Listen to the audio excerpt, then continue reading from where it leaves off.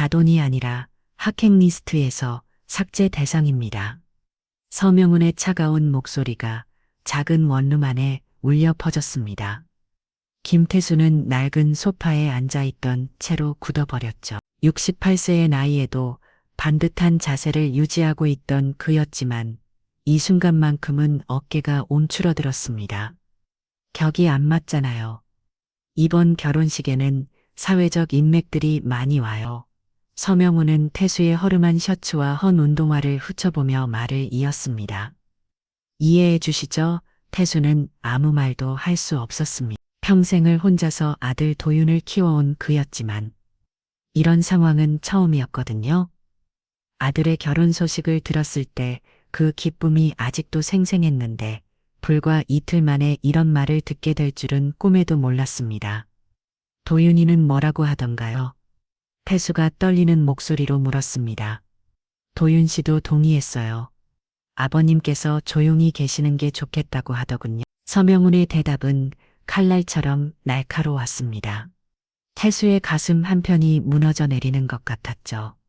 서명훈이 떠난 후 태수는 한참 동안 그 자리에 앉아 있었습니다. 벽에 걸린 시계 소리만이 정확한 방안을 채우고 있었죠. 그는 천천히 일어나 창문 쪽으로 걸어갔습니다. 읍내 아파트 3층에서 내려다 보이는 풍경은 여전히 평범했습니다. 오후 햇살이 기울어져 있었고 동네 아이들이 놀이터에서 뛰어넣고 있었죠. 태수는 이곳에서 20년을 살았습니다. 공무원으로 퇴직한 후 조용히 혼자만의 시간을 보내며 살아왔던 곳이었죠. 동네 사람들에게는 그저 말없고 조용한 노인 정도로 알려져 있었습니다. 매일 아침 7시에 일어나 근처 도서관에 가서 신문을 보고 오후에는 시장에서 장을 보는 것이 그의 일상이었죠. 특별할 것 없는 평범한 노인의 삶이었습니다. 하지만 그 평범함 속에서도 태수에게는 단 하나의 희망이 있었습니다. 바로 아들 도윤이었죠. 아내를 일찍 여의고 홀로 아들을 키운 태수에게 도윤은 전부였습니다. 아들이 대학에 들어갈 때, 취업할 때, 그리고 승진할 때마다 태수는 누구보다 기뻐했죠.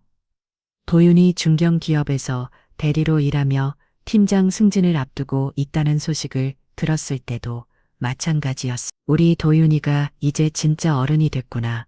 태수는 혼자 중얼거리며 웃곤 했죠. 그리고 몇 달 전 도윤이 결혼한다는 소식을 전해왔을 때의 그 기뻐 일한 태수는 그날 밤 잠을 이루지 못했습니다.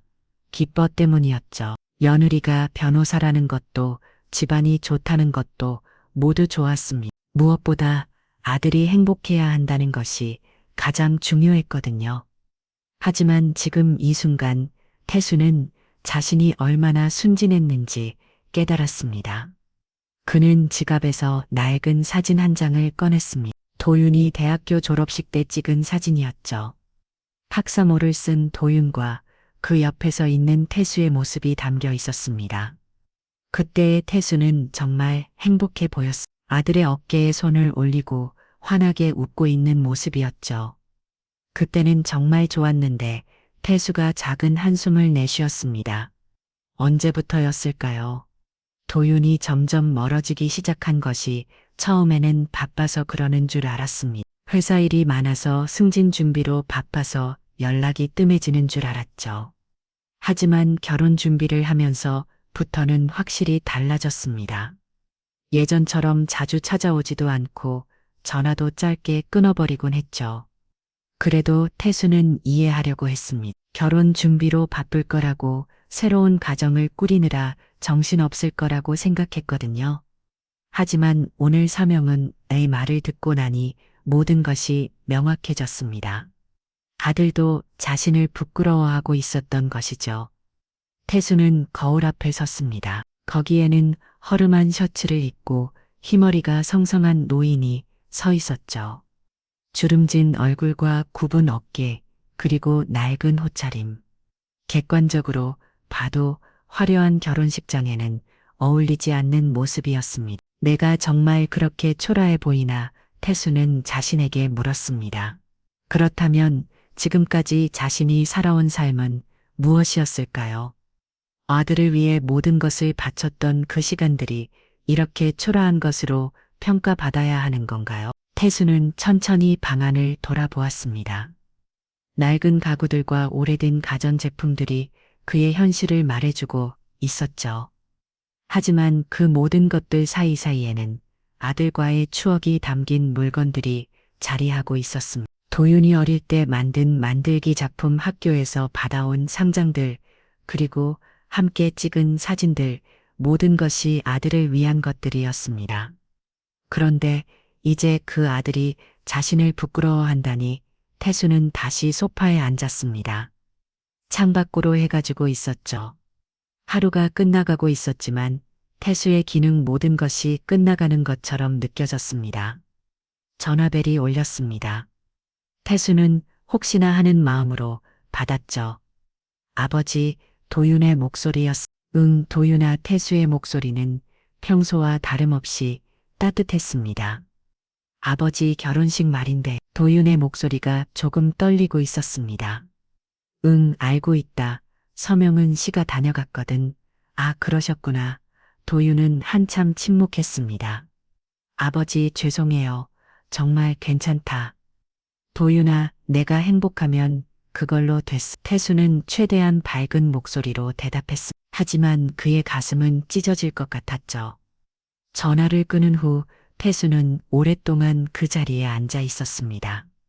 밤이 깊어가고 있었지만 잠은 오지 않았습니다. 그는 일어나 찬장에서 소주 한 병을 꺼냈죠. 평소에는 술을 거의 마시지 않는 그였지만 오늘만큼은 달랐습니다. 작은 잔에 소주를 따르며 태수는 생각했습니다. 자신이 지금까지 살아온 삶이 정말 의미 있는 것이었는지를, 그리고 앞으로 어떻게 살아가야 할지를 말이죠. 결혼식 당일 아침 태수는 평소보다 일찍 일어났습니다.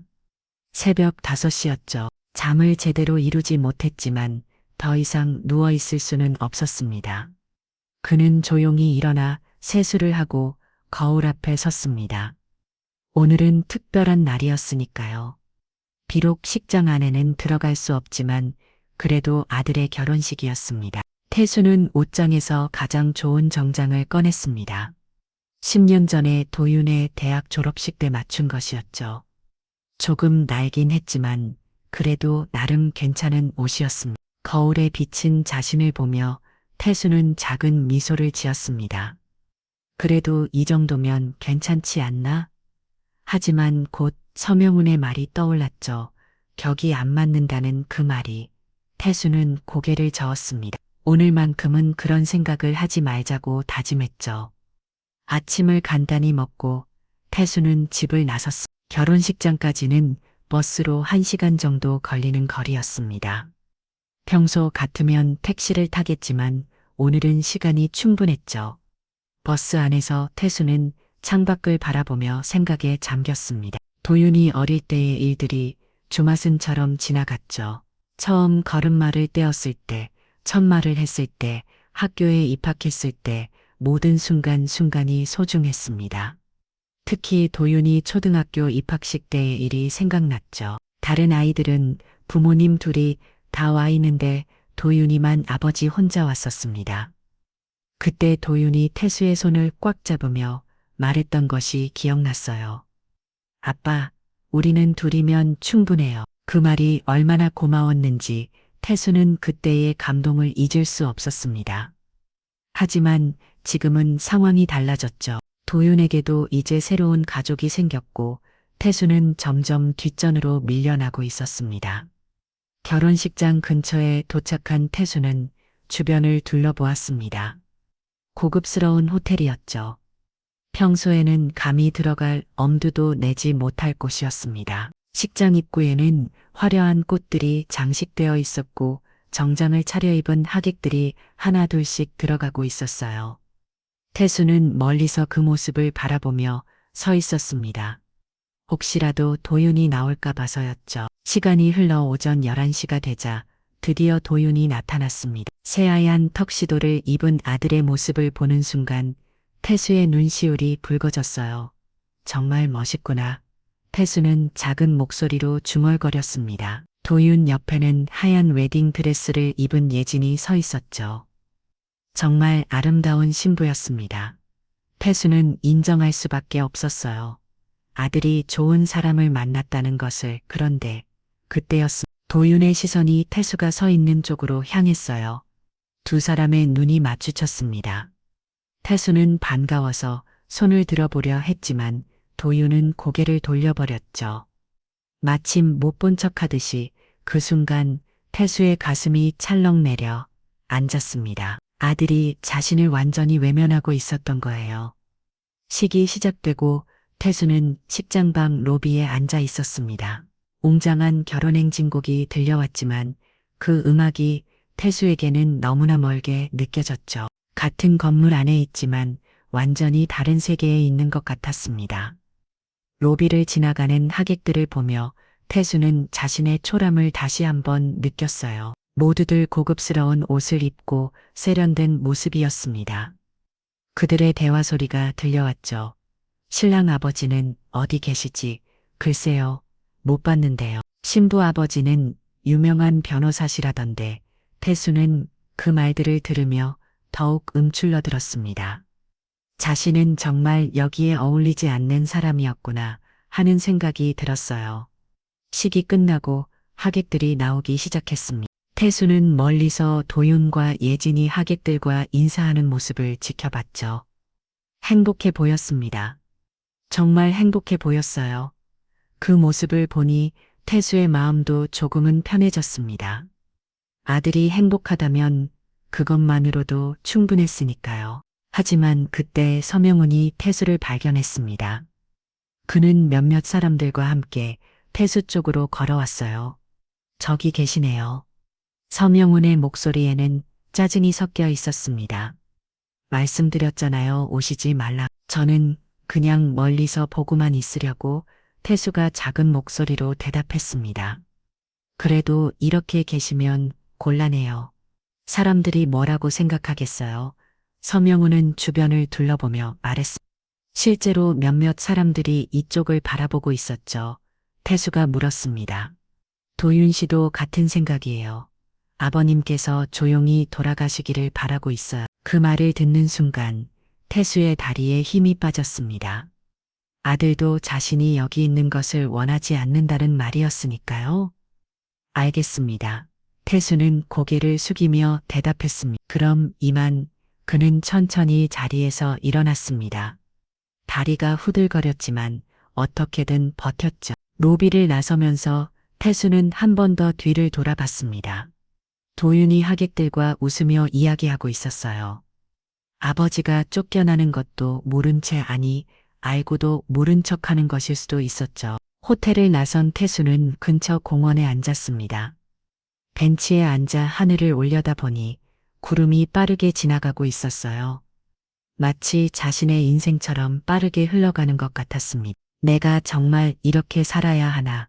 평생을 아들만 바라보고 살아왔는데 그 아들이 자신을 부끄러워한다니 이보다 더 슬픈 일이 있을까요? 그때 휴대폰이 울렸습니다. 모르는 번호였죠. 여보세요. 회장님, 이정민입니다. 차분하고 냉정한 목소리였습니다. 태수는 잠시 당황했어요. 오랫동안 듣지 못했던 호칭이었거든요. 아, 정민이구나. 오랜만이네. 오늘 결혼식이었죠. 어떠셨습니까? 이정민의 질문에 태수는 잠시 말을 잇지 못했습니다. 그냥 멀리서 봤어. 아들님께서 회장님을 못 알아본 모양이네요. 이정민의 말에는 묘한 뉘앙스가 있었습니다. 정민아, 나는 이제 그냥 평범한 노인이야. 회장이 아니라. 하지만 현실은 다르시잖아요. 이정민은 단호하게 말했습니다. 언제까지 이렇게 숨어서 사실 건가요? 태수는 대답하지 않았습니다. 그저 공원의 나무들을 바라보며 생각에 잠겼죠. 정말 언제까지 이렇게 살아야 할까요? 자신의 정체를 숨기고 초라한 노인 행세를 하면서 생각해 보겠어? 알겠습니다. 언제든 연락 주세요. 전화를 끊은 후 태수는 한참 동안 그 자리에 앉아 있었습니다. 해가 서쪽으로 기울고 있었고 공원에는 점점 그림자가 길어지고 있었죠. 오늘은 정말 긴 하루였습니다. 아들의 결혼식 날이었지만 태수의 기에는 가장 외로운 하루이기도 했어요. 집에 돌아가는 길, 태수는 버스 창밖을 멍하니 바라봤습니다. 거리의 사람들은 모두 바쁘게 자신의 길을 가고 있었죠. 결혼식이 끝나고 한 달이 지났습니다. 태수는 여전히 같은 일상을 반복하고 있었죠. 아침에 일어나 도서관에 가고 오후에는 시장에서 장을 보는 평범한 일상이었습니다. 하지만 예전과는 다른 점이 하나 있었어요. 도윤으로부터 연락이 뜸해졌다는 것이었습니다. 결혼 전에도 자주 연락하지는 않았지만 그래도 일주일에 한 번은 안부 전화라도 왔었거든요. 그런데 결혼 후에는 한 달에 한 번도 연락이 오지 않았습니다. 태수는 여러 번 전화를 걸어볼까 생각했지만 차마 그럴 수는 없었어요. 신혼생활에 방해가 될까 봐서였죠. 그러던 어느 날 드디어 도윤에게서 전화가 왔습니다. 아버지, 안녕하세요? 목소리가 예전보다 더 딱딱하게 느껴졌습니다. 도윤아, 잘 지내고 있니? 네, 잘 지내고 있어요. 아, 그런데 아버지, 도윤이 말을 망설이고 있었습니다. 왜, 무슨 일이야? 예진이가 임신했어요. 그 말을 듣는 순간 태수의 마음이 벅차올랐습니다. 손주가 생긴다는 것이 였으니까요. 정말이냐? 축하한다. 도윤아. 태수의 목소리에는 진심 어린 기쁨이 담겨 있었습니다. 고맙습니다. 아버지. 하지만 도윤의 목소리는 여전히 차가웠죠. 언제쯤 태어날 예정이니 아직 초기라서 내년 봄쯤 될 것 같아요. 그렇구나. 예진이 몸은 괜찮고. 네, 괜찮아요. 그런데 아버지, 도윤이 다시 말을 망설였습니다. 뭐야? 예진이 말인데요. 아기가 태어날 때까지는 조용히 지내면 좋겠다고 하네요. 조용히 지낸다는 게 무슨 뜻이니? 태수는 이미 짐작하고 있었지만 확인하고 싶었습니다. 그냥 너무 자주 연락하거나 찾아오시지 말았으면 한다는 뜻이에요. 아, 태수는 할 말을 잃었습니다. 손주가 생긴다는 기쁨도 잠시 다시 한번 밀려나는 기분이었어요. 임신 초기라 예진이가 예민해서요. 이해해 주세요. 도윤의 말에는 변명하는 듯한 뉘앙스가 있었습니다. 알겠다. 그럼 아기가 태어나면 연락해. 네, 그렇게 할게요. 전화를 끊은 후 태수는 한참 동안 멍하니 앉아 있었습니다. 손주가 생긴다는 기쁨과 다시 한번 외면당했다는 슬픔이 동시에 밀려왔어요. 복잡한 감정이었습니다. 그날 밤 태수는 잠을 이루지 못했습니다. 손주 생각에 마음이 설레기도 하고 한편으로는 걱정되기도 했죠. 과연 자신이 할아버지 역할을 제대로 할 수 있을까 하는 걱정이었어요. 시간이 흘러 겨울이 되었습니다. 태수는 여전히 조용한 일상을 보내고 있었죠. 그런데 어느 날 마트에서 장을 보다가 우연히 아기용품 코너를 지나게 되었습니다. 작은 옷들과 장난감들을 보니 마음이 따뜻해졌어요. 태수는 몰래 작은 곰 인형 하나를 샀습니다. 손주를 위해서였죠. 집에 돌아와서 그 인형을 바라보며 태수는 미소를 지었습니다. 우리 손주가 이걸 좋아할까 혼자 중얼거리 인형을 쓰다듬었어요. 그리고 몇 달 후 드디어 그날이 왔습니다. 도윤에게서 전화가 온 것이었죠. 아버지 아기가 태어났어요. 도윤의 목소리에는 흥분이 담겨 있었습니다. 정말이냐? 남자애니 여자애니? 남자애예요. 이름은 지우라고 지었어요. 지우, 좋은 이름이구나. 태수의 목소리도 떨리고 있었습니다. 드디어 손주를 만날 수 있다는 생각에 마음이 벅찼어요. 언제 볼 수 있을까? 그게 아직은 조금 어려울 것 같아요. 도윤의 목소리가 다시 조심스러워졌습니다. 예진이가 산후조리 중이라서 사람들 만나는 걸 부담스러워해요. 그렇군. 태수는 실망했지만 며느리의 상황을 이해하려고 했습니다. 그럼 언제쯤 조금 더 기다려주세요. 예진이 컨디션이 좋아지면 연락드릴게요. 몇 주가 더 지났지만 도윤에게서는 연락이 오지 않았습니다. 태수는 참을 수 없어서 먼저 전화를 걸었어요. 도윤아, 나야. 아, 아버지, 안녕하세요. 지우는 잘 지내니? 네, 잘 자라고 있어요. 사진이라도 좀 보여줄 수 있을까? 태수의 간절한 부탁이었습니다. 그게 예진이가 아직 사진 찍는 걸 거려해서요. 또 다시 거절당한 기분이었습니다. 그렇게 몇 달이 더 지나갔어요. 태수는 점점 조급해지고 있었습니다. 손주가 태어난 지 벌써 반년이 지났는데 아직도 한 번 보지 못했거든요. 그러던 어느 날 우연히 동네에서 도윤 부부를 만났습니다. 유모차를 미이고 산책을 나온 것 같았어요. 태수는 반가워서 다가갔습니다. 도윤아, 도윤은 태수를 보고 당황한 표정을 지었습니다. 예진도 마찬가지였죠. 아버지, 어떻게 여기에 나도 장보러 나왔다가 지우구나. 태수는 유모차 안에 아기를 보고 감격했습니다. 정말 예쁜 아기였어요. 도윤을 닮았지만 더 귀여웠죠. 안아봐도 될까? 태수가 조심스럽게 물었습니다.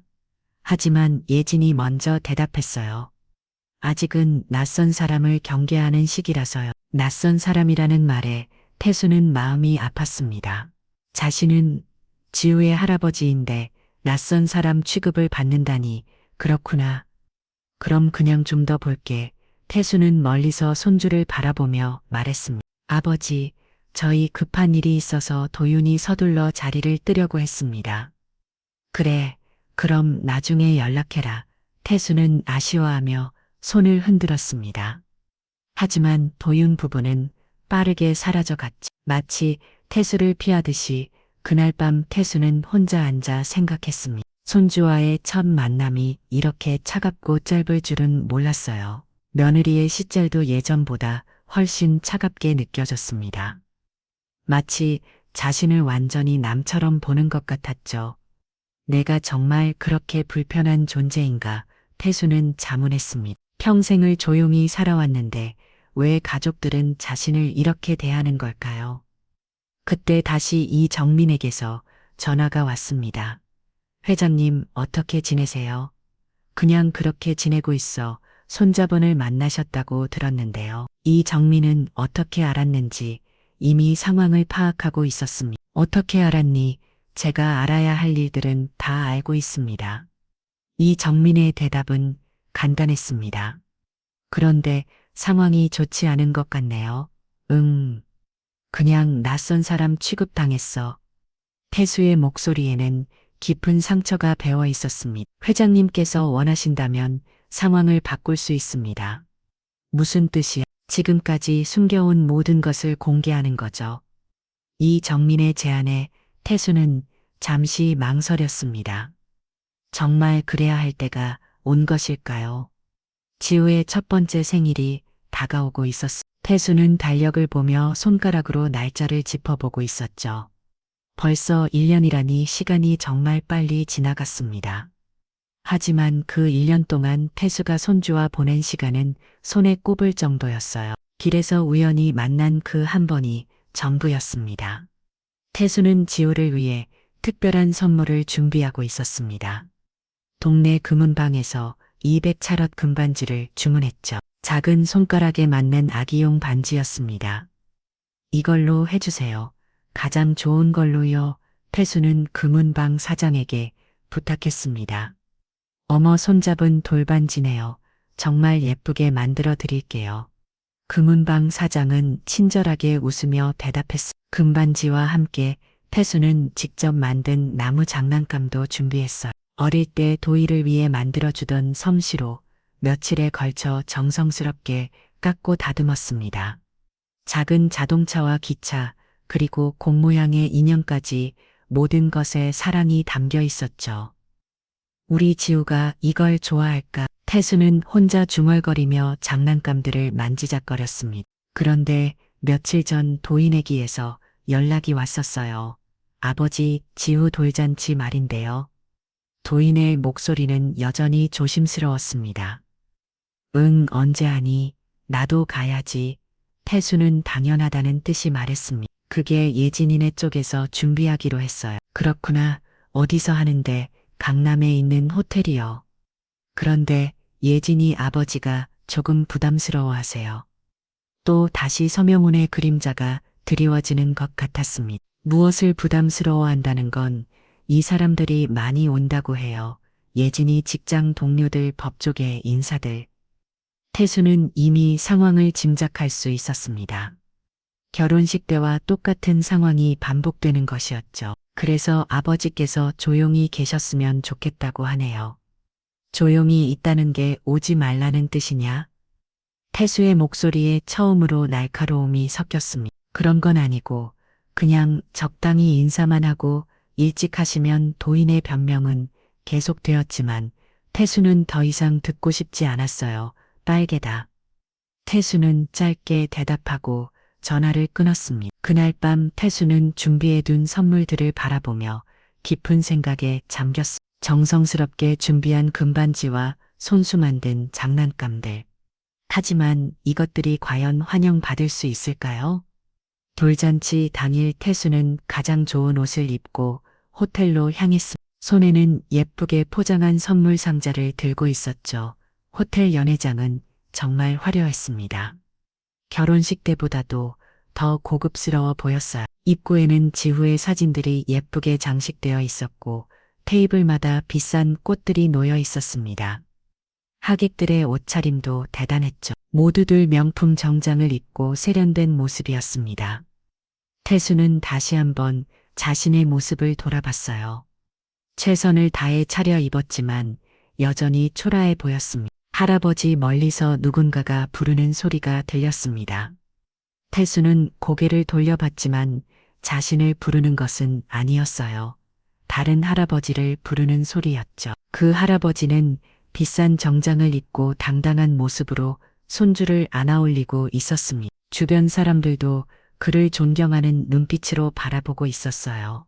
태수는 그 모습을 보며 자신과 비교하게 되었습니다. 같은 할아버지인데 이렇게 대접이 다를 수 있을까요? 아버지 오셨네요. 도윤이 태수를 발견하고 다가왔습니다. 하지만 표정은 밝지 않았어요. 응, 지우는 어디 있니? 저쪽에 있어요. 그런데 아버지 도윤이 주변을 둘러보며 조심스럽게 말했습니다. 예진이 아버지가 좀 예민하세요. 너무 오래 계시지는 태수는 짧게 대답했습니다. 이미 예상했던 일이었으니까요. 지우는 예쁜 한복을 입고 특별한 의자에 앉아 있었습니다. 1년 만에 제대로 보는 손주였죠. 정말 많이 자랐어. 도윤을 많이 닮았고 눈이 반짝반짝 빛나고 있었습니다. 지우야, 태수는 조용히 다가가며 손주의 이름을 불렀습니다. 하지만 지우는 태수를 낯선 사람처럼 바라봤어요. 당연한 일이었습니다. 지금까지 거의 만난 적이 없었으니까요. 이거 지우 선물이야. 태수는 정성스럽게 준비한 선물 상자를 내밀었습니다. 하지만 그때 서명훈이 나타났어요. 아, 오셨군. 서명훈의 목소리는 여전히 차갑고 건조했습니다. 내 손주 돌잔치니까 와야죠. 태수가 대답했습니다. 서명훈은 태수가 내민 선물 상자를 보더니 눈썹을 찌푸렸어요. 이게 뭐죠? 지우 돌반지하고 장난감이요. 돌반지를 직접 준비하셨다고요? 서명훈의 목소리에는 비웃음이 섞여 있었습니다. 네, 이게 선액회러 금으로 맞췄어요. 태수는 자랑스럽게 말했습니다. 하지만 서명훈의 반응은 예상과 달랐어요. 누가 이런 촌스러운 금반지를 요즘 줍니다. 서명훈이 큰 소리로 웃으며 말했습니다. 주변 사람들의 시선이 모두 이쪽으로 향했어요. 요즘은 다 플러티넘이나 다이아몬드를 주는데 금반지를 하니 서명훈은 계속해서 태수를 조롱했습니다. 그리고 이 장난감들은 뭡니까? 직접 만드셨다고요? 그는 태수가 정성스럽게 만든 나무 장난감들을 하나씩 꺼내며 살펴봤습니다. 요즘 애들은 이런 거 안 가지고 놀아. 전자장난감, 교육용 장난감을 줘야죠. 주변 사람들이 옹성거리기 시작했습니다. 누군가는 동정 어린 시선으로 누군가는 비우는 듯한 표정으로 태수를 바라봤어요. 이런 걸 어디에 쓰겠어요. 서명훈은 장난감들을 다시 상자에 넣으며 말했습니다. 그리고는 그 상자를 근처 쓰레기통으로 가져갔어요. 쓰레기통이 어울리겠네요. 콩, 선물 상자가 쓰레기통에 떨어지는 소리가 연회장 전체에 울려 퍼졌습니다. 그 순간 태수의 세상이 무너져 내리는 것 같았어요. 평생의 정성과 사랑이 담긴 선물이 쓰레기 취급을 받는 순간이었습니다. 주변 사람들은 웅성거렸지만 아무도 태수를 위해 나서지 않았어요. 도인도 마찬가지였습니다. 그는 고개를 숙인 채 아무 말도 하지 못했죠. 태수는 그 자리에 서서 모든 것을 지켜볼 수밖에 없었습니다. 자신의 사랑이 쓰레기통에 버려지는 것을, 그리고 아들이 아무것도 하지 못하는 것을 죄송합니다. 태수는 작은 목소리로 사과했습니다. 그리고 조용히 자리를 떠났어요. 아무도 그를 붙잡지 않았습니다. 연회장을 나서 면서 태수는 뒤돌아보지 않았어요. 더 이상 볼 수 없었거든요. 호텔 로비에 앉아 태수는 지갑에서 작은 사진 한 장을 꺼냈습니다. 지우의 첫 초음파 사진이었죠. 도인이 예전에 자랑스럽게 보여준 것이 그때는 정말 행복했었는데 이제 그 모든 것이 물거품이 되어버린 것 같았어요. 태수의 눈에서 눈물이 흘러내렸습니다. 1년 동안 참고 견디온 모든 감정이 한꺼번에 터져 나오는 것 같았죠. 이정민이었어요. 회장님 어디 계십니까? 호텔 로비에 있어. 태수의 목소리는 잠겨 있었습니다. 무슨 일이 있었나요? 정민아, 태수는 잠시 말을 멈췄습니다. 이제 회수하자 드디어 결심하셨군요. 이정민의 목소리에는 기다렸다는 듯한 뉘앙스가 있었습니다. 모든 걸 다 회수해. 태수의 목소리는 단호했습니다. 더 이상 참을 수 없었어요. 자신의 존재가 이렇게 무시당할 이유는 없었으니까요. 돌잔치가 끝나고 4월이 지났습니다. 태수는 집에서 조용히 시간을 보내고 있었죠. 그날의 일을 생각할 때마다 가슴이 아팠지만 이제는 결심이 서 있었습니다. 더 이상 당하고만 살 수는 없다는 결심이었어요. 오후 2시쯤 현관벨이 울렸습니다. 태수가 문을 열어보니 정장을 차려입은 남자가 서 있었어요. 이정민이었습니다. 오랜만입니다. 회장님, 이정민은 정중하게 인사했습니다. 10년 만에 보는 그의 모습은 여전히 냉철하고 차분했죠. 들어와 정민아, 태수는 그를 안으로 안내했습니다. 이정민은 작은 원룸을 둘러보며 아무 말도 하지 않았어요. 하지만 그의 표정에서는 복잡한 감정을 읽을 수 있었습니다. 차 한잔 할까? 감사합니다. 둘은 낡은 식탁에 마주 앉았습니다. 이정민은 서류 가방에서 두꺼운 파일들을 꺼냈어요. 지난 10년간의 모든 자료 파일을 펼쳐보니 엄청난 양의 문서들이 나왔습니다. 회사 현황, 재무제표, 투자 내역, 부동산 목록 모든 것이 체계적으로 정리되어 있었죠. 현재 총자산 규모가 어느 정도 되나 정확한 산정은 어렵지만 대략 3조 원 정도로 추산됩니다. 이정민의 대답에 태수는 잠시 놀랐어요. 자신도 몰랐던 사이에 이렇게 커져 있을 줄은. 주요 계열사들은 국가전략기술개발 펀드가 핵심이고 그 산하에 반도체, 바이오, 신재생 에너지 분야 기업들이 있습니다.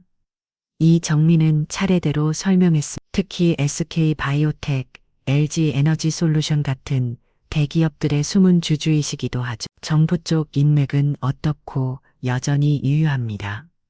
박성우 전 검찰총장님을 비롯해서 경제부처 고위직들과의 연결고리가 살아있어요. 태수는 고개를 끄덕였습니다. 은퇴하면서 모든 것을 정민에게 맡겨두었는데 그가 정말 잘 관리해 준 것 같았어요. 서명훈이라는 변호사에 대해 알아본 게 있나? 물론입니다. 이정민은 또 다른 파일을 꺼냈습니다. 서명훈 58세, 서명훈 법무법인 대표 변호사입니다. 파일에는 서명훈의 모든 정보가 담겨 있었어요. 학력, 경력, 재산 현황, 심지어 개인적인 습관까지. 표면적으로는 성공한 변호사처럼 보이지만 실상은 좀 다릅니다. 어떻게 법무법인 매출의 상당 부분이 한두 개 대기업에 의존하고 있어요. 그리고 이정민이 몇 장을 넘기며 계속 설명했습니다. 운영하고 있는 공익재단에 조세포탈 의혹이 있습니다. 또한 부동산 투자 과정에서 대출 사기 가능성도 보이고요. 태수는 조용히 듣고 있었습니다. 증거는 충분한가? 충분합니다. 언제든 움직일 수 있어요. 이정민의 답변은 확신에 차 있었습니다. 그런데 회장님 정말 하시겠습니까? 왜? 지금까지 조용히 사셨는데 이렇게 되면 모든 게 공개될 수밖에 없어요. 이정민의 걱정이 이해되었지만 태수의 마음은 이미 정해져 있었습니다. 괜찮아. 이제는 숨어 살 이유가 없으니까 알겠습니다. 그럼 언제부터 시작할까요? 내일부터 태수의 대답은 단호했습니다. 다음 날 아침 서명훈의 하루는 평소와 다른 없이 시작되었습니다. 고급 아파트에서 아침을 먹고 운전기사가 모든 차를 타고 사무실로 향했죠. 강남에 위치한 그의 법무법인은 37건물의 최상층에 있었습니다. 사장님, 오늘 일정입니다. 비서가 스케줄표를 가져왔어요. 오전에 대선 건설 미팅, 오후에는 방송 출연이 있으십니다. 서명훈은 만족스러운 표정으로 고개를 끄덕였습니다. 요즘 그의 인생은 승승장구하고 있었거든요.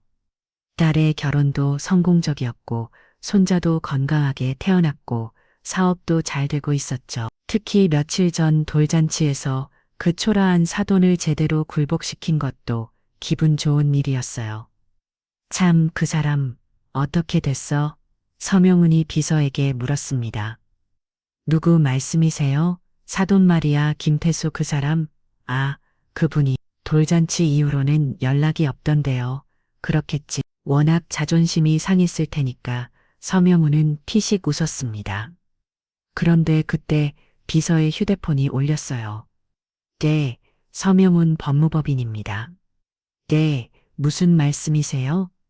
비서의 얼굴이 점점 굳어지고 있었습니다. 사장님, 대선 건설에서 연락 왔는데 오늘 미팅이 취소됐다고 하네요. 취소, 왜? 갑자기 다른 법무법인과 계약하기로 했다고. 서명훈은 당황했습니다. 대선 건설엔 그의 법무법인의 가장 큰 고객 중 하나였거든요. 무슨 법무법인이래? 솔로몬이라고 하네요. 솔로몬은 국내 최대의 로펌 중 하나였습니다. 서명훈의 법무법인보다 훨씬 큰 규모였죠. 이상하네. 갑자기. 그런데 비서의 휴대폰이 또 울렸습니다. 네, 서명훈 법무법인. 네, 그것도 취소요. 이번에는 현대건설화였습니다. 역시 같은 이유로 계약을 해지한다는 연락이었어요. 서명훈의 얼굴이 파랗게 변했습니다. 하루 만에 2개의 대형 고객을 잃은 것이었거든요. 뭔가 이상의 우연의 일치치곤 너무 그때 또 다른 직원이 급하게 들어왔습니다. 사장님, 큰일 났어요. 뭔데? 국세청에서 세무조사 나온다고 연락 왔어요. 세무조사. 서명훈은 더욱 당황했습니다. 언제부터? 내일부터요. 그런데 조사 범위가 법무법인뿐만 아니라 공익재단까지 포함된다고 하네요. 서명훈의 손이 떨리기 시작했습니다. 공익재단 쪽에는 확실히 문제가 있었거든요. 세금을 제대로 내지 않은 부분들이 있었고 용도 외 사용도 몇 차례 있었죠. 이게 다 무슨 일이야? 서명훈은 의자에 주저앉았습니다. 하루 만에 너무 많은 일들이 한꺼번에 터진 것이었어요. 그런데 이것은 시작에 불과했습니다. 오후에 방송 출연을 위해 방송국에 도착한 서명훈은 또 다른 충격을 받았어요. 죄송합니다. 서명훈 변호사님, 오늘 출연이 취소됐습니다. 취소요? 왜요? 상부에서 갑자기 내려온 지시라서 자세한 사유는 알려드릴 수 없고요. 서명훈은 어리둥절했습니다. 이 방송에는 벌써 반년째 정기적으로 출연하고 있었는데 갑자기 취소라니. 집에 돌아가는 길, 서명훈은 불안한 마음을 감출 수 없었어요. 뭔가 거대한 힘이 자신을 압박하고 있다는 느낌이 들었거든요. 하지만 그것이 누구인지 왜 그러는지는 전혀 알 수 없었어요. 그날 밤 서명우는 잠을 이루지 못했어요. 계속해서 휴대폰을 확인하며 혹시 다른 나쁜 소식이 있는지 걱정했습니다. 그런데 새벽 2시쯤 정말로 전화가 걸려왔어요. 모르는 번호였습니다. 서명훈 변호사님이시죠? 차가운 남자 목소리였습니다. 네, 그런데 누구십니까? 김태수 회장님의 메시지를 전해드리려고 합니다. 김태수 누구죠? 그게 서명훈은 그 이름을 기억하지 못했어요. 며느리 이분의 시아버님이십니다. 그제야 서명훈이 기억해냈습니다. 돌잔치에서 구룩을 준 그 초라한 노인 말이죠. 막 그분이 뭐라고요? 회장님께서 하신 말씀입니다. 나는 조용히 사는 게 좋아. 하지만 가만히 있는다고 나를 없는 사람 취급하지 마라. 전화가 끊어졌습니다. 서명우는 한참 동안 휴대폰을 들고 있었어요. 무슨 말인지 이해할 수 없었거든요. 그 초라한 노인이 뭘 할 수 있다는 건지 서명훈의 악몽은 계속되었습니다. 세무조사가 시작된 지 이틀째 국세청 조사관들은 그의 공익재단에서 심각한 문제들을 발견했어요. 이게 뭡니까, 변호사님? 조사관이 서리를 들어보이며 날카롭게 물었습니다. 재단 명의로 구입한 고급 승용차가 개인 용도로 사용되고 있네요. 서명훈은 식은땀을 흘리며 변명했습니다. 그건 업무상 필요에 의해서, 그리고 이 골프장 회원권은 어떻게 설명하시겠습니까? 공익재단이 왜 골프장 회원권을 구입하죠? 서류 더미 속에서 하나씩 드러나는 불법 사용 내역들. 서명훈은 점점 궁지에 몰리고 있었습니다. 그런데 더 큰 충격이 기다리고 있었어요. 오후에 사무실로 돌아온 서명훈에게 비서가 급히 달려왔습니다. 사장님, 검찰에서 연락 왔어요. 검찰. 서명훈의 얼굴이 하얗게 변했습니다. 네, 내일 오전에 출석하라고 하네요. 조세포탈 혐의로 휴대폰이 또 올렸습니다. 이번에는 은행에서였어요. 서명훈 변호사님이시죠? 대출 관련해서 급히 확인할 사안이 있어서 연락드렸습니다. 무슨 일인가요? 부동산 담보대출 건입니다. 담보 물건에 문제가 있다는 제보가 들어와서요. 서명훈은 휴대폰을 떨어뜨릴 뻔했습니다. 부동산 대출 사기까지 발각된 것이었어요. 모든 것이 한꺼번에 무너져 내리고 있었습니다. 그날 저녁 서명훈은 집에서 술을 마시며 생각에 잠겼어요. 도대체 누가 이런 일을 벌이는 건지, 하루 이틀 사이에 이렇게 완벽하게 자신을 공지로 몰아 넣을 수 있는 사람이 누구일까요? 그때 딸 예진이 전화를 걸어왔습니다. 아빠, 무슨 일이야? 뉴스에서 아빠 이름이 나왔다던데. 예진아, 아빠가 지금 좀 어려운 상황이야. 서명훈의 목소리는 힘이 없었습니다. 무슨 일인데? 세무조사 받는다면서? 응, 그것뿐만 아니라 여러 가지가. 아빠, 설마 정말 문제가 있는 거야? 예진의 목소리에 불안함이 섞여 있었습니다. 괜찮아, 괜찮을 거야. 변호사들도 알아보고 있고. 하지만 서명훈 자신도 확신이 없었어요. 상황이 너무 심각했거든요. 한편 같은 시각 태수는 이정민과 함께 앉아 있었습니다. 상황이 어떻게 되고 있나? 계획대로 진행되고 있습니다. 서명훈의 불법 행위들이 하나씩 드러나고 있어요. 이정민은 차분하게 보고했습니다. 검찰 쪽은 박성우 전 총장님이 직접 움직이고 계십니다. 내일 아침에 서명훈을 소환할 예정이에요. 박성우는 그의 오랜 친구였고 법조계에서 여전히 큰 영향력을 가지고 있었거든요. 언론 쪽은 어떻고 주요 방송사와 신문사에 제재 요청을 했습니다. 앞으로 서명훈의 방송 출연은 어려울 것 같아요. 모든 것이 계획대로 진행되고 있었습니다. 하지만 태수의 표정은 밝지 않았어요. 정민아, 내가 이렇게 하는 게 맞나? 무슨 말씀이세요? 복수라는 게 결국 나도 그들과 같은 사람으로 만드는 건 아닐까? 태수의 목소리에는 고민이 담겨 있었습니다. 회장님, 잘못한 건 저들입니다. 회장님께서는 그동안 너무 참으셨어요. 이정민이 단호하게 말했습니다. 그리고 이건 단순한 복수가 아닙니다. 잘못된 것을 바로 잡는 일이에요. 다음 날 오전 대한민국이 발칵 뒤집혔습니다. 모든 뉴스 채널에서 같은 소식을 보도하고 있었거든요. 긴급 뉴스, 숨겨진 거대 자산가의 정체가 드러났습니다. 앵커의 목소리가 진지했습니다. 국가전략기술개발 펀드의 창립자이자 수조원대 자산을 보유한 은근형 투자가 김태수 회장의 존재가 공개됐습니다. 화면에는 태수의 사진이 나왔어요.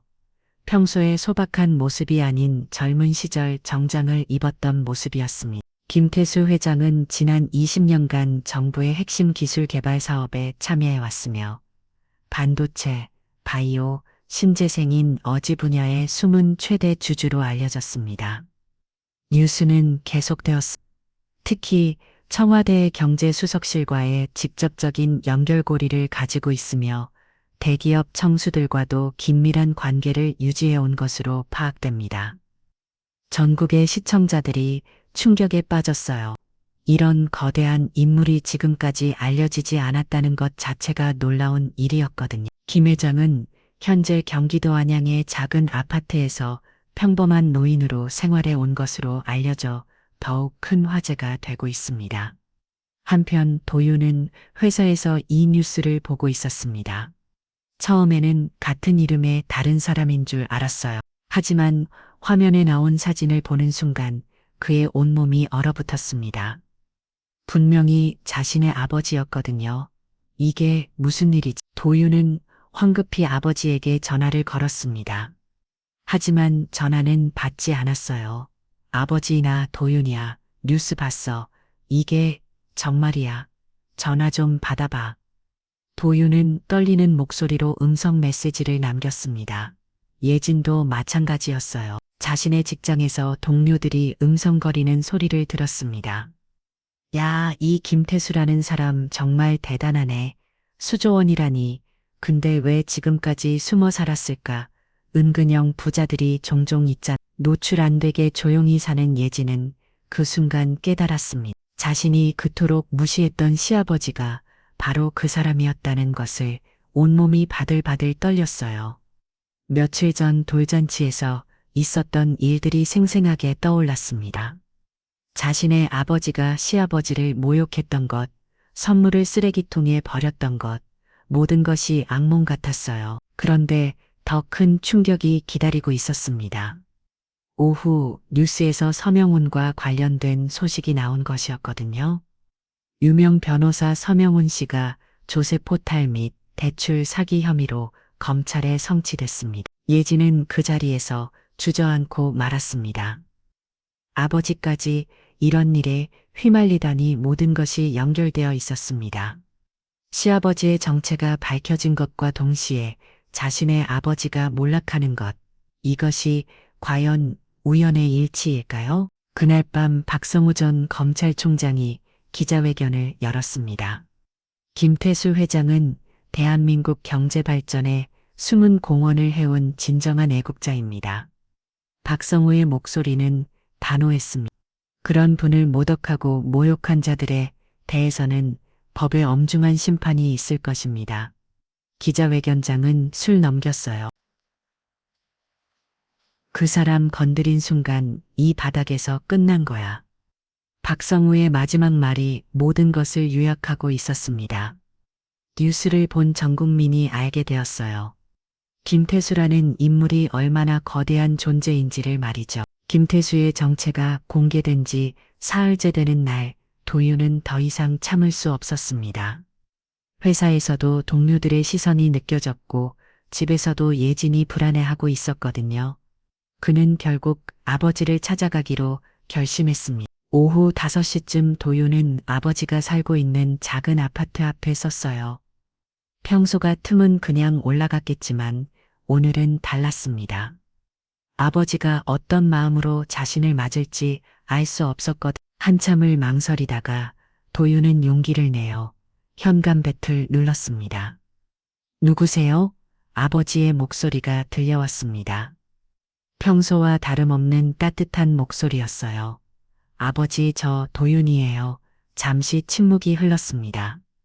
그리고 문이 열렸죠. 태수는 평소와 같은 소박한 옷차림으로 서 있었습니다. 하지만 그의 눈빛만은 예전과 달랐어요. 더 깊고 더 차가운 무언가가 있었습니다. 들어와. 태수는 짧게 말했습니다. 도윤은 조심스럽게 집 안으로 들어갔어요. 여전히 낡은 가구들과 소박한 인테리어였지만 이제는 다르게 보였습니다. 이 모든 것이 선택이었다는 것을 알게 되었으니까요. 만자. 태수는 소파를 가리켰습니다. 도윤은 어색하게 앉았어요. 아버지와 이렇게 긴장된 분위기로 마주한 것은 처음이었습니다. 아버지, 뉴스 봤어요. 도윤이 조심스럽게 말을 꺼냈습니다. 그래. 태수의 대답은 담담했습니다. 그게 정말 다 사실이에요. 내 생각은 어떤데? 태수가 되물었습니다. 도윤은 할 말을 잃었어요. 아버지의 표정에서 장난기나 농담의 기색을 찾을 수 없었거든요. 아버지, 왜 지금까지 말 안 하셨어요? 말해서 뭐 하나? 내가 행복하면 그걸로 됐는데. 태수의 목소리에는 쓸쓸함이 배어 있었습니다. 그런데 내 행복을 위해서 나를 숨겨야 한다면 그건 진짜 행복이 아니지 않니? 도윤은 고개를 숙였습니다. 아버지의 말이 가슴에 박혔어요. 아버지, 정말 죄송해요. 제가 너무 몰랐어요. 도윤의 목소리가 떨리기 시작했습니다.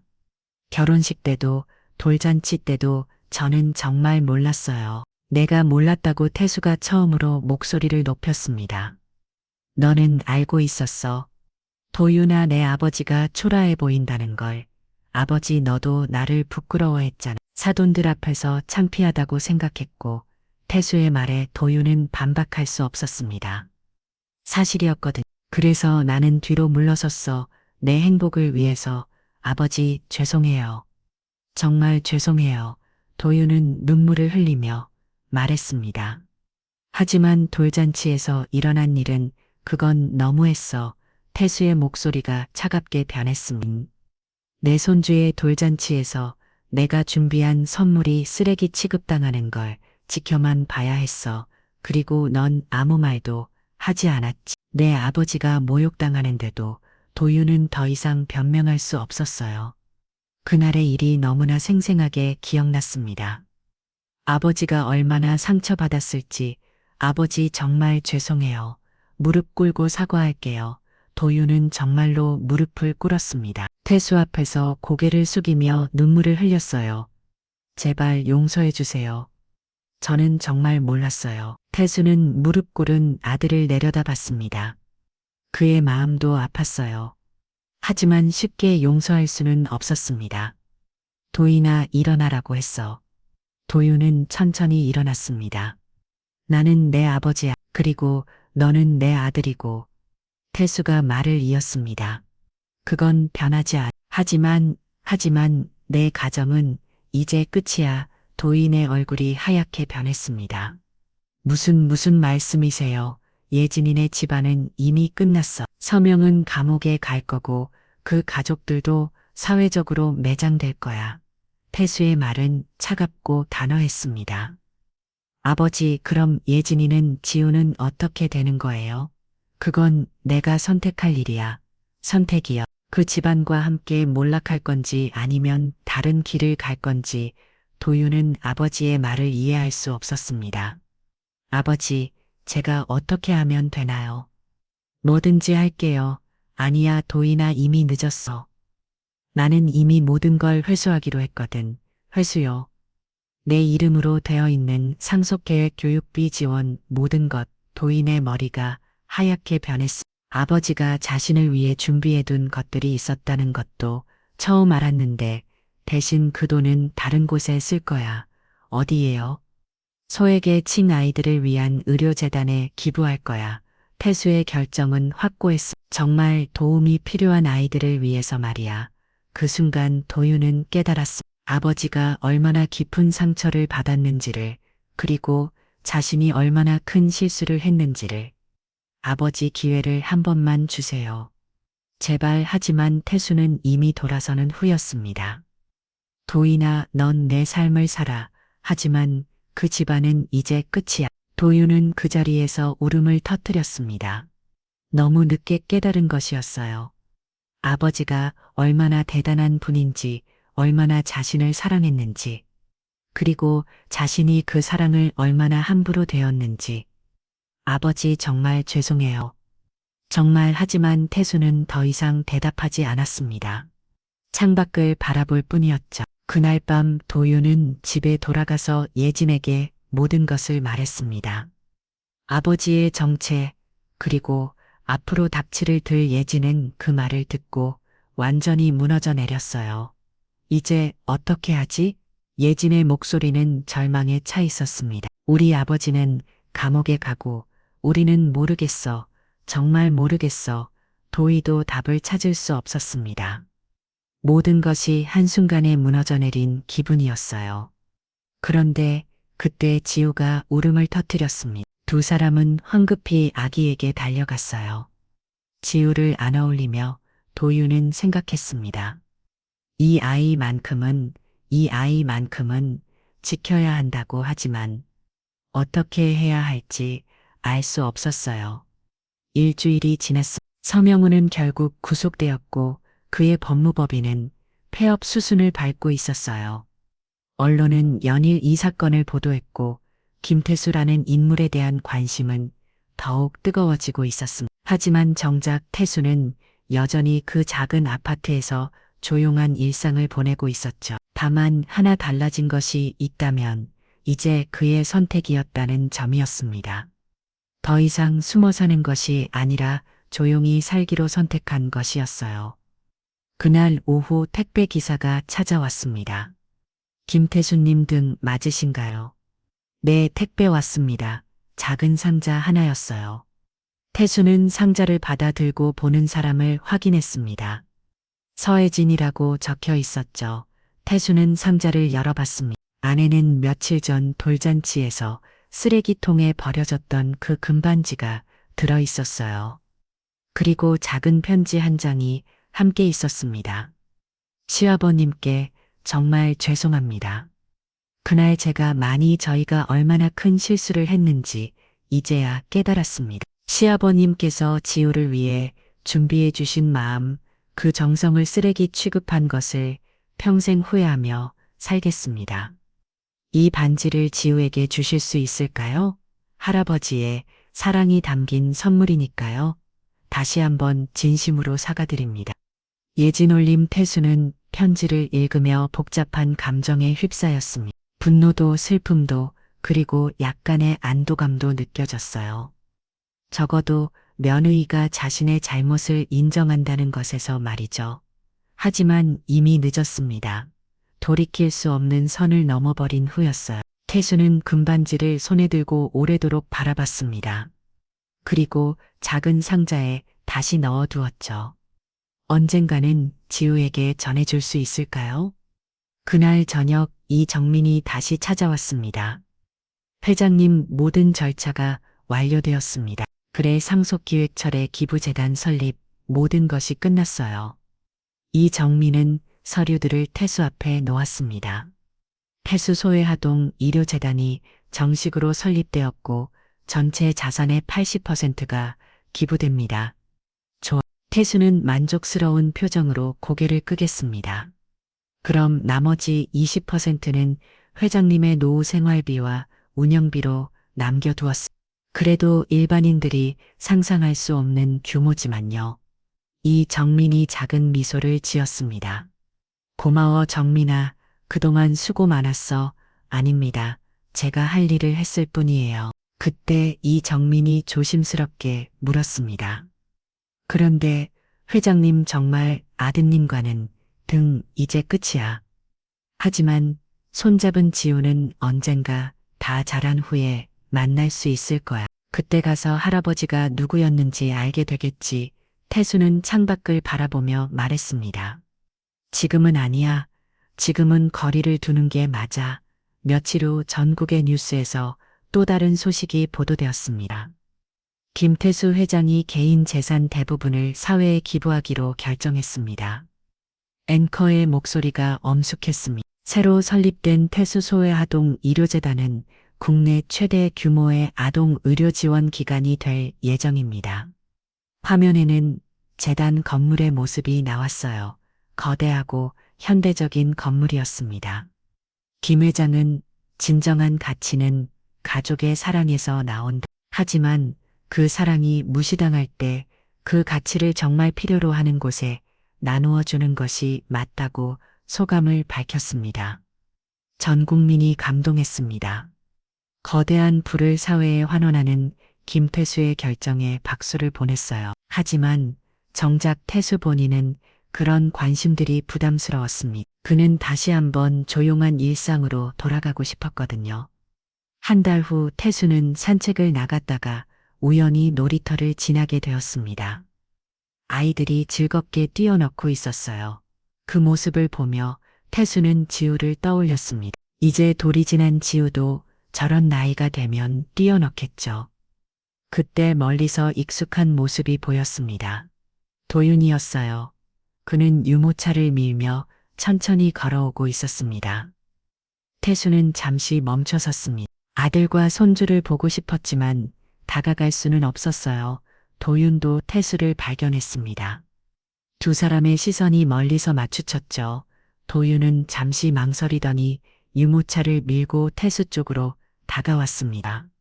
도윤아 두 사람 사이에는 어색한 침묵이 흘렀습니다. 지우 잘 지내니? 태수가 먼저 말을 꺼냈습니다. 네, 잘 자라고 있어요. 도윤의 목소리는 조심스러웠습니다. 태수는 유모차 안에 지우를 내려다 봤어요. 한 달 사이에 더 자란 것 같았습니다. 예진이는 힘들어하고 있어요. 마버지 아니 장인어른 일 때문에. 도윤의 목소리가 작아졌습니다. 그렇겠지. 태수는 담담하게 답했습니다. 마버지 정말 기회가 없을까? 도윤이 간절하게 물었습니다. 무슨 다시 가족이 될 기회 말이에요. 태수는 잠시 생각에 잠겼습니다. 도윤아, 가족이라는 건 피존로만 되는 게 아니야. 서로 존중하고 사랑하고 지켜주려는 마음이 있어야 진짜 가족이 되는 거지. 태수의 말에 도윤은 고개를 숙였습니다. 그런데 너희는 나를 가족으로 대하지 않았어. 물론 나도 실망했고 상처받았어. 하지만 그보다 더 슬픈 건 태수가 말을 멈췄습니다. 뭐가? 내가 그런 사람이 되었다는 것이 더 슬퍼. 도윤은 눈물을 흘렸습니다. 도윤아, 울지 마. 내 아들 앞에서. 태수는 지우를 가리키며 말했습니다. 지우는 좋은 아버지가 필요해. 내가 그런 아버지가 되어줘. 그리고 언젠가 지우가 다 자라면 그때 할아버지에 대해 얘기해줘. 태수는 주머니에서 작은 상자를 꺼냈습니다. 예진이 보내온 그 금반지였어요. 이건 지우꽃이야. 할아버지가 정성스럽게 준비한 선물이니까. 도윤은 떨리는 손으로 상자를 받았습니다. 잘 가, 도윤아. 지우 잘 키워. 태수는 돌아서기 시작했습니다. 아버지. 도윤이 불렀지만 태수는 뒤돌아보지 않았어요. 그의 뒷모습이 점점 멀어져 갔습니다. 도윤은 그 자리에 서서 아버지의 뒷모습을 바라봤죠. 언젠가는 다시 만날 수 있을까요? 그날 저녁 태수는 집에서 혼자 저녁을 먹고 있었습니다. 뉴스에서는 자신이 설립한 재단 소식이 나오고 있었어요. 태수 소외아동 의료재단에서 첫 번째 의료 지원을 시작했습니다. 화면에는 치료를 받는 아이들의 모습이 나왔습니다. 모두 환한 미소를 짓고 있었어요. 태수는 그 모습을 보며 작은 미소를 지었습니다. 적어도 이 아이들에게는 도움이 되고 있구나 하는 생각이 들었어요. 가치 없다고 여기졌던 사람의 마음도 이렇게 빛이 날 수 있구나. 태수는 혼자 중얼거렸습니다. 창밖으로는 별이 떠오르고 있었어요. 조용하고 평화로운 밤이었습니다. 태수는 이제 진정으로 평온해졌습니다. 더 이상 누군가에게 인정받으려고 애쓸 필요도 없고 자신을 숨길 필요도 없었어요. 그저 자신이 선택한 삶을 살면 되는 것이었습니다. 멀리서 아이들의 웃음소리가 들려왔습니다. 아마도 지우도 저렇게 잘할 것이고 언젠가는 할아버지가 누구였는지 알게 될 것입니다. 그때까지 태수는 기다릴 것이었어요. 조용히 그리고 당당하게 자신의 가치를 스스로 증명하며 살아가는 그것이 진정한 승리라는 것을 이제는 알고 있었으니까요. 밤하늘의 별들이 더욱 밝게 빛나고 있었습니다. 마치 태수의 새로운 시작을 축복하는 것처럼 말이죠.